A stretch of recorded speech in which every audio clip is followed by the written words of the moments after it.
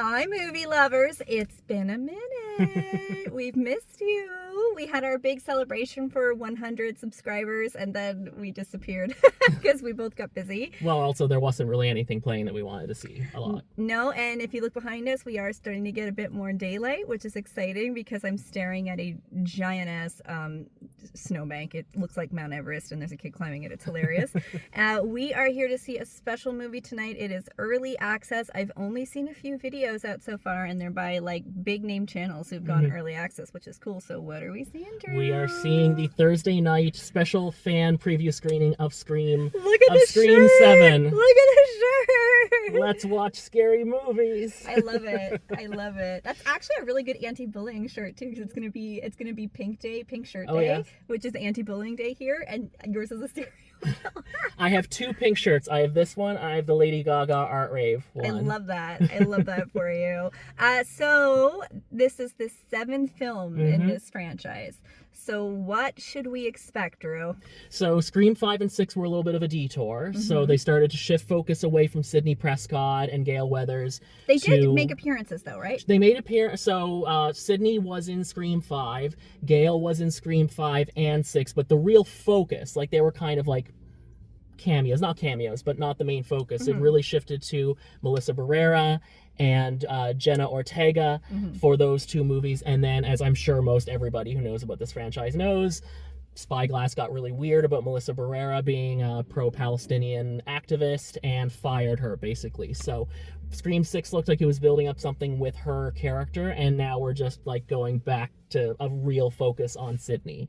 Yeah, it's kind of strange too, because I feel like those two films got the new generation into it, and I'm just a little bit concerned where we are circling back to the OG characters. Like, this is a long-running franchise. I was in middle school when those first movies came out. I think and the first one was like school. 97 or something like that. Yeah, middle school and then high school. So, like, it's like their parents' age. And so I'm hoping this does well, because I would like to, like, keep seeing this kind of movie. Well, the early tracking is actually quite good to the degree that they're already basically talking about Scream 8. So, wow. Okay. All right. Well, there we go. So the premise of this one is that Sidney is now obviously a grown adult. She's married. She's got a kid. And Ghostface comes back into her life to target not only her, but specifically her daughter. So I feel like it's going to not just be a focus on the say old, it's a sensitive word for people like us, the older characters from the original movies. So I don't think it's going to be exclusively focusing on Sidney. I'm sure that Sidney's daughter will have friends of her own. Mason Gooding is back from Scream 5 and 6, so is Jasmin Meeks. Okay, so great. There are a couple of returning characters from Scream 5 and 6. I'm hoping the transition away from Melissa Barrera and Jenna Ortega's characters isn't too awkward, just because of how the torch really did look like it was passing to them, and now we're back to the original. Yeah, and Jenna Ortega was a huge draw for the younger crowd. Also, I did like a recap of all the other movies. I think Sidney has 2 kids. So I'm like, are we having like a plot hole that she's only got she one? Have 2 kids? I think you might be right. So yeah, I maybe that's going to be a twist in the film. They're counting on people forgetting it or something, and hopefully I haven't just spoiled it or something. We can edit it out if I'm right. Yeah. But yeah, I think she has 2 kids. Like, I think when it shows her like pushing a stroller in one of those, were there 2 additional kids? I think it might have been 2 kids in there. Yeah. And there's a little bit of like continuity things, because in Scream 5, when she answers the phone, she refers to her husband, who has the same character as Patrick Dempsey's detective character from Scream 3. So people are like, oh, we have a confirmation that not only is he still around, he and Sidney got together after Scream 3, and now it's like, no, they just have the same first name. I think Joel McHale is playing that, or they just husband. couldn't also cast him because it was too expensive. Yeah. Sorry, McDreamy. Yeah. So this kind of movie in particular, Scream has always been a whodunit. It's not like Halloween, where it's always Michael, except for Halloween 3. And it's not like other ones where it's not Jason or Freddy or Art the Clown. Like, Scream has always been a whodunit slasher. So our absolute promise to you is that this is going to be spoiler free, particularly when it comes to the identity or identities of Ghostface in this one. So I saw a post online that pointed out that in all of the main movies, the first 3 movies, the murderer always at some point in the film wore plaid. They abandoned it later on, but in the first 3 movies, the murderer always wore plaid, and I hadn't noticed that until it was pointed out. And then I think because people figured it out, they had to stop doing that foreshadowing. Yeah. But I did really like how they brought Billy Loomis back in 5 and 6, or was it just 6? Just 5. Just 5. No, I think he was in 6 too. Yeah, because she channels him, right? Right. Yeah. I found 6 a bit more campy. Like, it was fun, but I found it campy, and I liked that they had like this whole museum, serial killer museum kind of thing. I'm a little nervous about this one having like a theater element to it again, and I'm a little freaked out about seeing it at a fan event. I'm hoping that we don't have people in mass. I just get a little freaked out by that. So, well, hopefully not, but it looks like it's going to be well attended. Hopefully people are on their best behavior. It's a special early fan screening, so no, it's not. It's coming out in IMAX, but this is Screen X. Screen X. Yeah. Cool. It's gonna be weird seeing it in Screen X. Yeah. It's like the extra stuff. The extra stuff on the side. We don't get all of the fancy ones. Like, I have friends that go to like these very interesting screenings that have all these bells and whistles, and like we live somewhere that just never gets that stuff and doesn't have a theater capable of it, so it sucks. But that's all right. I'm still really excited for this. I've had like not a great week, so being able to watch like a good popcorn movie, get a few jump scares, get some laughs, see some familiar faces, I'm really excited for it. Yeah. So we will be back in just a few minutes with our spoiler-free review of Scream 7.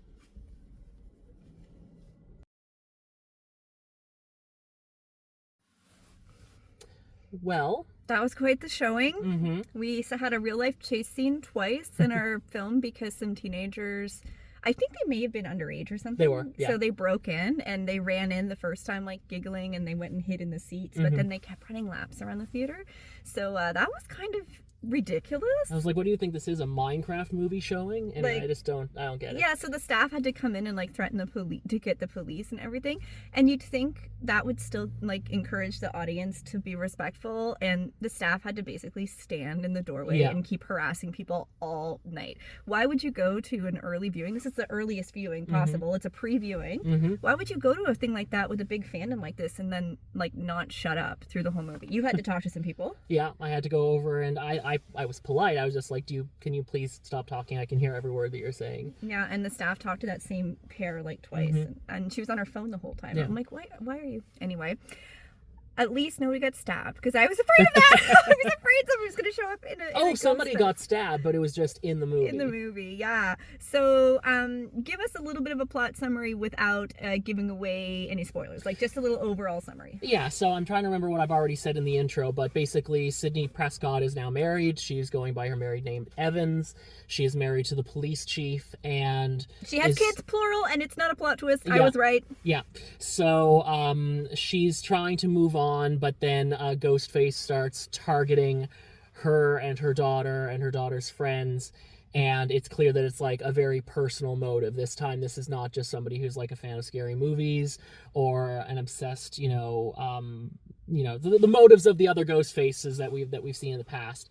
And it's clear that they're like actually specifically targeting her. And I don't want to say anything more than that, because to get too much into the plot or really to discuss the characters too much is a spoiler. And again, we're trying to be spoiler free.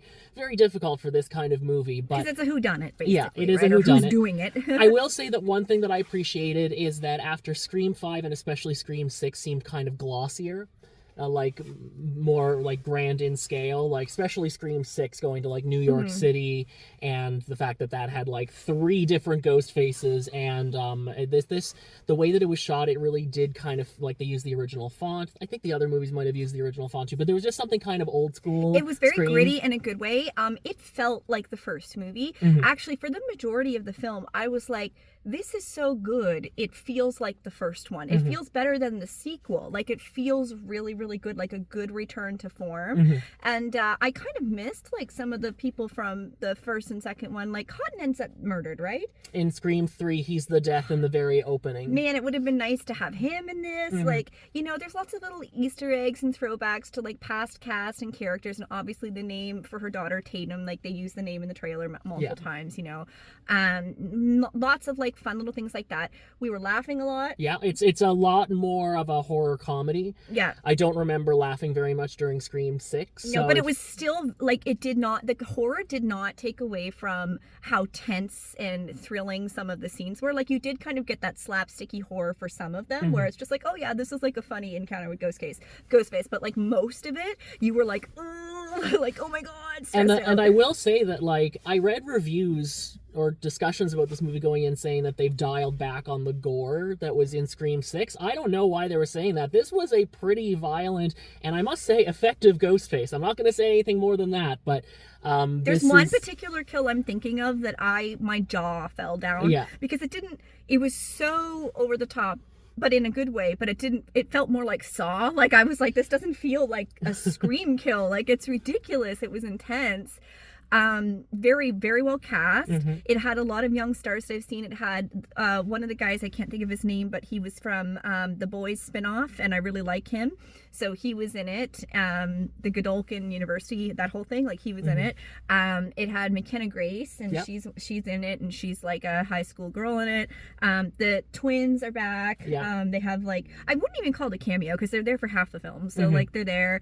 And obviously we all know Gail's back because she's in the trailer. But some other celebrities that have never done a Scream movie, but then just like, I was surprised to see them pop up. You cheered at one. I cheered at one. I wasn't the only one. I just was so shocked. It was not a celebrity I expected to see in this film. And I have to wonder if this individual asked to be in it. Like, maybe they're a big fan of it, because it was just, it came so out of left field that I was like, oh my god, what are you doing in a Scream film? But I loved it. There's a significant plot point, and I'm really hesitating about whether or not I can talk about it. So I'm going to stay vague at first, and I'll get your thoughts before I decide to move into it.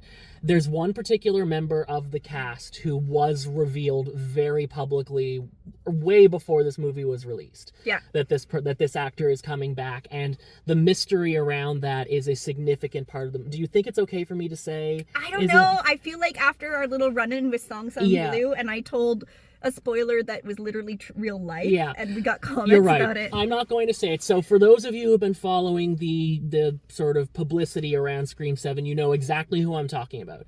There's a character an actor from one of the previous films who's back in this, and the actor is actually in this film. And they're fantastic. And a significant portion of the mystery is, could it be? Yeah, is it actually this person? So I'm not going to say anything more than that, but that mystery really hooked me, and it was really like engaging me and making me wonder. At first I was like, this is just going to be like a simple little, like, oh, it's a little cameo thing, but it's a significant portion of the film, and for the majority of the exploration of that, I thought it was really clever. I didn't know where it was going. I really liked it, and unfortunately they fumbled it at the end. Yeah, so Drew is really okay. So this was the first Scream movie where I felt like they got the mystery portion right. The first movie, you're not even sure that you're watching a mystery, right? Because you really can't predict that. You really don't, there's not a lot of hints for you when the killers are revealed at the end of the very first Scream movie. And then they explain it, and you get the monologue, and everything goes back, and you're like, oh, yep, that makes sense. But because it's referring to stuff that happened before the movie even started, like, it's not obvious, right? And all the other Scream movies since, like, they tried too hard, I feel like, to connect their killers and stuff, and there was not a lot of mystery building. This one did a phenomenal job at mystery building. I was invested. Like, this felt like a really good who's doing it.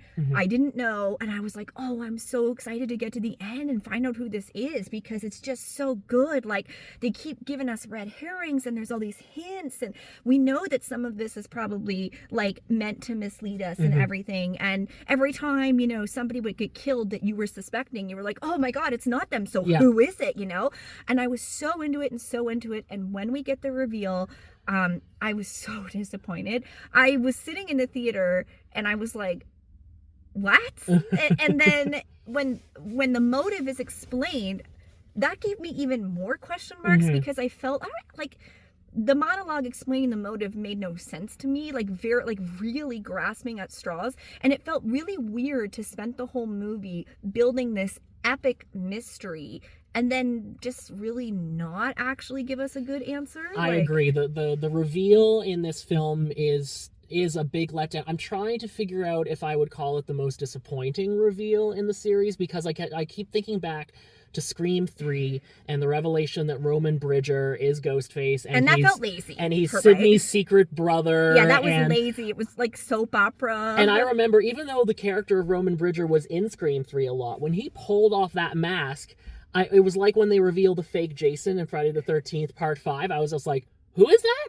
Yeah. And it took me a second to figure out. And like, even Scream 2, people love Scream 2. Scream 2 was a great sequel, but when Timothy Olyphant's character reveals that he's one of the Ghostface, I almost forgot who he was in the prior film. So I guess the franchise is not new to maybe having a reveal this week. A lot of people hated the reveal of the Ghostfaces in Scream 6. I actually really liked Scream 6 and the reveal. I didn't have any problems with it, but a lot of people did. It's going to be interesting to see what the general consensus that emerges from this is. The movie was so good until the last 5 minutes, like so good. And I was like, I kept turning to Drew and going, I can't believe how good this is. I can't believe how good this is. There's so many great chase sequences. It's bloody. It's brutal. Ghostface is scary. And the mystery is so good, except for the fact that the evidence, or like the solution to the mystery, is not satisfying. No. And when it's that good of a mystery, like, I want some friggin' Sherlock shit. Like, I want a satisfying reveal. Don't give me a slap together, you wrote yourself into a corner, and it wasn't even like a convenient plot twist the way Roman was, where it's just like, oh, okay, well, we'll just make him a brother and related. Like, it was just it was letdown. So random. It was so random. And then again, when the motive is revealed for it, I'm like, that's a motive? Like, what? I don't get it. And I'm very forgiving of like wild plot twists or character motivations that don't make a lot of sense. And I don't know if maybe just like, it didn't even feel like a plot twist, because you don't understand it. You're like, what's your motive? Like, this makes how is it a plot twist? Like, it's not like you're Billy Loomis's mother, or you're the long lost brother or cousin or something. Like, it's not like, it was just, I'm not even saying, like, I didn't want it to be like a family member or something stupid, but I just, what I still think the best reveal of the Scream franchise is Scream 4. A lot of people don't give Scream 4 its flowers, but the revelation that Jill is the one who's been manipulating the other guy, I forget the character's name, Rory Culkin, I think, played, no, was it was one of the Culkins that played him. It's so long ago. But I remember the revelation that, oh my god, Jill was behind the whole thing, and the scene with her in the hospital with Sidney, and I was just like, it was so good. I know a lot of people don't love Scream 4. I love Scream 4. I love the character of Kirby that they introduced in that. So I give Scream 4 its flowers. This felt like it wasn't even just that the film itself built up the reveal.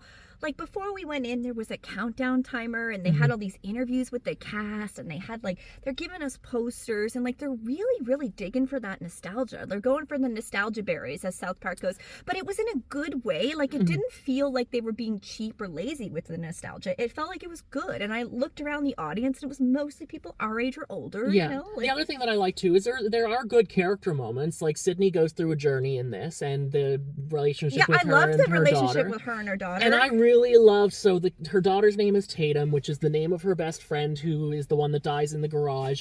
And I thought at first I was just going to be a reference, but they actually really give Tatum, the original Tatum from Scream. They talk about her, they make reference to her, and it's sort of like the way that she was killed in the first one and then forgotten kind of reminded me of Barb from Stranger Things, and that everybody loves her. It's such a lovable character. She dies and nobody else seemed to care. Yeah. And I thought it was nice that Tatum has finally gotten a little bit of a tribute in this. Yeah, and it was nice that, was it 6 brought back Kirby? Like, that was kind of nice and stuff. So, and there was the throwbacks to Billy and stuff, and this did have the throwbacks to the past, and they talk about Dewey a little bit, and it was, it had so many strong points, and I feel like it's topical. America's Next Top Model just had that big dramatic Netflix special, and we keep seeing the scene of Tyra. It's like, we were all rooting for you. Like, that's how I feel over this damn movie. I was like, I was rooting for you. I was loving it. I was gonna be like 10 out of 10.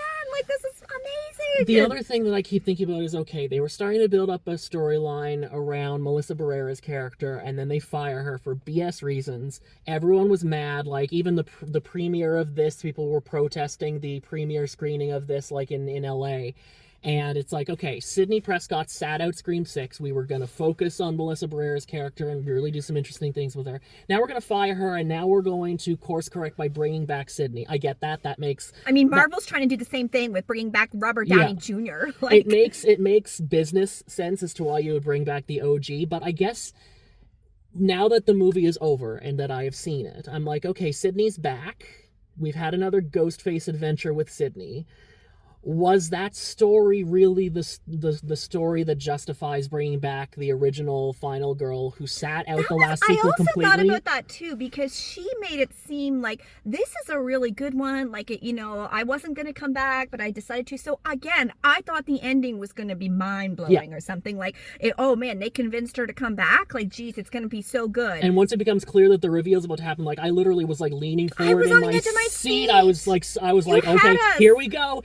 And then I was like, had us. This was as depressing as the men's hockey final in the Olympics when we were close. We were so Canada. So close. So close. They were so close with this one, but again, like the ending's not going to completely wreck. I had fun watching it. I think you should still see it. Like, I'm not saying don't see it, and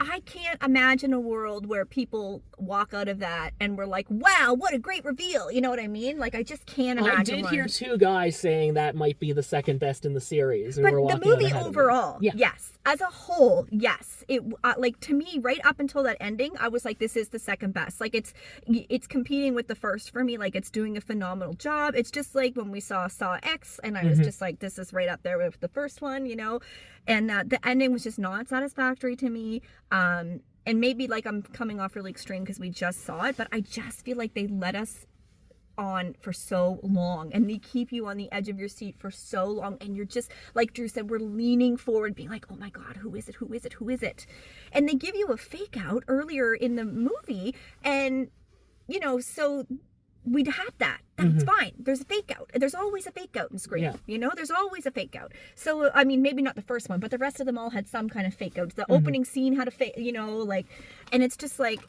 here's the opening scene, and actually we're watching a movie or something, whatever. But there's always some kind of fake out. So to me, like when we got to the ending, Drew even said, well, maybe there's a post-credit scene, and maybe they're setting something up. Yeah, because there was something. It felt like a fake out. There was something about one of the characters. I'm not going to say who, obviously, but something seemed a little off. And I was starting to wonder, is this person involved? And even after the reveal and we're at the ending, the post-climax thing, I was like, okay, is what I think about to happen? And it didn't. Maybe that's where we're eventually going to go. No. But I'm just like, I don't know. It just... They're already talking about a Scream 8. I really hope that whatever story they come up with for Scream 8 and whatever Ghostface they come up with kind of redeems this one. Because this... Again, like if you don't land your ending, the ending is the last thing that's in your memory when you walk out of a film. And it was so good until that point. And like I wanted to like it. I kept being like, okay, maybe there's more. Like, and then I also found that the reveal itself created some plot holes. Yeah. And like when Sidney calls that out, it gets brushed aside. So it's like, okay, so the writers were aware that this kind of created a plot hole, and you make a throwaway line to cover it. Like, that's not enough for me. And this was Kevin Williamson, the writer, not the director. Wes Craven did the original films, but he was the original writer. So we know he can come up with a really good Ghostface and a really surprising reveal. Yeah. And so maybe with repeated watchings or with things that will happen later. I had to go for a bathroom break halfway through, and I was like, this is so good. I never rewatch movies. I'm going to rewatch this. Like, I can't wait till it's on streaming, and I'm going to rewatch it, and then I come out of the movie, and I'm like, I feel like my toddler. My toddler who's just like, I don't like that. Like, so, with all of that said, what would you give it as a rating? It's really hard for me to give it a rating because I liked 90% of it. It was brilliant, and even though I hated the reveal, the ending kind of had like a nice little packaged bow for all the characters that survived and some nice dialogue there, throwbacks, whatever. It's so hard because in a movie like this, you have to stick your ending. You have to get your reveal right. It was like Wake Up Dead Man was so good, and then we got a good reveal. Like you need to have your whodunit needs to be really strong, and this did not land it, and it's just tainting the whole thing for me, unfortunately. Like I loved it, but I also hated it. It's making me mad. So I'm gonna give it a 7.5, which sounds really low. if it had a different, more satisfying ending, this would literally be a 10 for me. Honestly, it was so close to being one of my favorite movies of all time. Like, I was loving it so much, and now it's just made me angry. So maybe after I've calmed down and had a snack and like gone to bed or something, like maybe I would rate it higher. But what about you? So I've been thinking about it since the credits started rolling, and I've been hovering back and forth between a 5 and a 6. Oh, so I even went higher than you. You went higher than me. I was more generous. I enjoyed a lot of the movie and a lot of the mystery that they were building up to, but at the same time, certain aspects of it, I was like, Scream's done a lot of this before. And I loved Scream 6. I'm pretty sure it made my top 10 films of the year that it came out. I think it did, yeah. And I know that may be a controversial opinion, but coming out of what was one of my favorite Scream sequels to then go to that, I was just like, with the weakness of the reveal, I'm lower than you are. 5 seems too low though, because I agree, before the reveal it was a very well done. They set their chasey own slasher. bar. They set their own bar very high. Like they did that. They did that with the up in the ante with, luring the audience with, oh, you might see this actor, you might see that actor. There's rumors this person might come back or that person. Like, I was just so excited before seeing this because I felt like with all of that pre-publicity with certain actors coming back, I was like, I feel like they're building to something really mind-blowing, and they just were not. So I'm going to give it a 6 because 5 seems too low. It sounds more negative than I actually am. I think the ending was weak. It wasn't as good as Scream 6, but I wouldn't rank it at the lowest of the series either. So I might slide down to a 7. I feel like I went up to a 7.5 because I was trying to be generous. I think I'd slide down to a 7, and the only reason I think I would rate a little bit higher than Drew is that I found it had some really good twists that weren't predictable, and then I felt when it did play into the predictable, it was aware of it, and it had like a good fun awareness of itself. The cast was probably the strongest cast we've seen since the first film. I feel like it was just such a good except for the friend group. We didn't get a lot of focus on the friend group, but in terms of like the adult cast and like the people surrounding everything, it was a very strong cast. 5 and 6 had the better friend group. Yes. They felt like the new. Especially after Scream 6, I was like, okay, now, like, I walked out of Scream 5 being like, okay, I liked that. I'm not sure about these new characters. Scream 6 and the focus on, like, the Fab Five or whatever they called themselves, the surviving characters. Yeah. And they developed them more. They had really good character development. So the teen characters in here don't get a lot of development outside of Tatum. Like, some of them, most of them, I don't remember their names. It's like, this is weird guy and this is girl who family owns a pizza shop or whatever, There's boyfriend, and boyfriend. I need to look up who some of them were, though, because I was like, man, that looks like this actor. That one looks like this one's kid. So the girl with the cool buns, that was Celeste O'Connor, and the only reason I know that is because she was in the terrible Madam Web movie. Oh my god. Playing one of my all-time favorite obscure superheroes. I'm gonna be a total nerd here for a minute. In the late 90s, they introduced a brand new Spider-Woman named Maddie Franklin. And the character in the comics, unfortunately, was killed off years ago. She never took off, but it was just when I was getting into comics, and I loved Maddie Franklin. And Celeste O'Connor played her in Madam Web. She was really cute in this. And I thought that she was really good in this, too. So. Yeah, well, even the guy whose name I can't remember, who's from The Boys spinoff, which the show, God You or whatever. I can't remember what that show was called, but I love the show, and it's hilarious. I'm just tired. Gen something. Gen V! Gen V. Yeah. Okay, so he was in Gen V, and he was brilliant in Gen V, and I kept waiting for them to give him more to do in this, because I was like, he's a pretty big name now, and he is a very good actor, and they allude to him being creepy, and I'm like, okay, so lean into it, like, do something with it, but he's just kind of gets a little bit of dialogue here and there, and he's kind of like looking around, and I'm like, why aren't you doing something with him? And McKenna Grace is having a moment right now, like, she's really popping off, and I kind of expected her to be in it a bit more, like, she was definitely a focus for a while, but I still felt like, I thought they were going to lean into it. They had her do a music video after They have a music video, a Scream-based music video where she does vocals in it. They built this up so freaking high. We got a music video, we had a countdown, there's all this merchandise, all the rumors about the different casts and everything, and it really lived up to the hype for 90% of it. But you cannot have a mystery and fumble the solution. You just can't. And I'm so curious, once you all see it, what'd you think of the killer reveal? But if you if you want to get into too much details in the comment, do us a favor and just put the word spoiler at the top of your comment. And then hit enter a few times so it's not immediately so visible. That way, if other people are looking at the comments, they're not going to get spoiled. But yeah, if you want to talk about it in detail, you see it and you want to debate with us, maybe you thought it was a really good reveal or whatever, I want you to just make sure you tag your comment as a spoiler, especially because we're doing this early, right? So, but I do want to know. If you go see it, I think you should still see it, especially if you're a Scream fan. If you like horror movies, this is going to be the movie people are talking about right now. There's not a lot coming out right now, right? Yeah. So this is it. But let us know, because like I gotta know if we're alone in this. I'm really curious how this is gonna roll out. There's been so many times we've sat here and I've been like, well, even Song Song Blue is a perfect example. I was like, I don't know, it might be too cringy for the mainstream, and it went gangbusters. Yeah. People loved it. And then other movies, I loved the Predator movie, and I thought it was gonna do great. And everybody was like, what's that? Like, I missed that. I think we got like 20 views on our YouTube video or something. Like, and 28 years later, The Bone Temple flopped, and I'm so sad. I really liked that one. But yeah, Scream 7 is going to be discussed. I think it's going to make a lot of money. They're already talking about Scream 8. So Scream 8, be better. Just give us don't tease us with this big, long mystery and then slap the ending together. Yeah. Like, I want a good payoff. There's going to be better fan fiction than what they wrote for this. Like, somebody's going to write a better ending on the internet for sure. So I think we did a decent job of doing that spoiler free. We're editing out a bunch of crap. Yeah. So I'll be careful. I'll be careful in my edits, and I'll try to get this up quickly so we can ride the popularity of this. So there's a lot of lesser known films that are coming out in the next 2 months that Drew and I really want to see. But one of the big ones we want to see is this new Ryan Gosling one, Project Hail Mary. Project Hail Mary. Amazing review so far. Amazing book. So I'm also gonna watch some streaming movies that are based on books that I'm really excited for.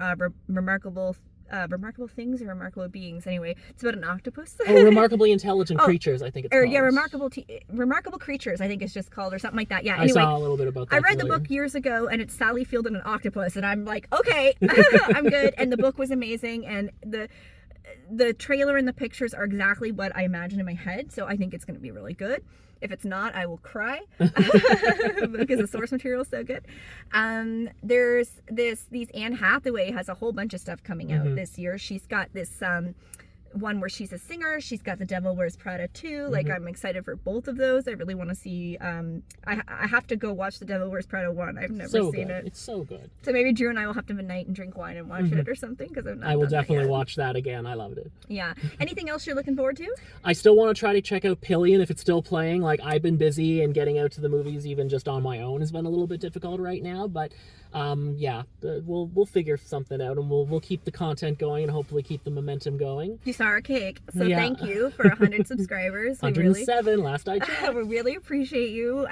We're trying to make sure we get you good regular content, but this is kind of the dry season for movies, and it's also freaking freezing. We've had a snowstorm every week for like the entire year, so that's like shaping when we can literally physically go to the movies right now. So we're doing our best. But anyway, hopefully you like this. Let us know. Mark your spoilers, but let us know in the comments what you thought about Scream 7. If you watch it, do you agree with us? Do you think we're crazy? Did you love the reveal? And check us out. Give us a like, subscribe, hype us if you have the hype function. I'm seeing it for other things now. So that's everything we have to say about Scream 7. So we'll see you next time at the movies.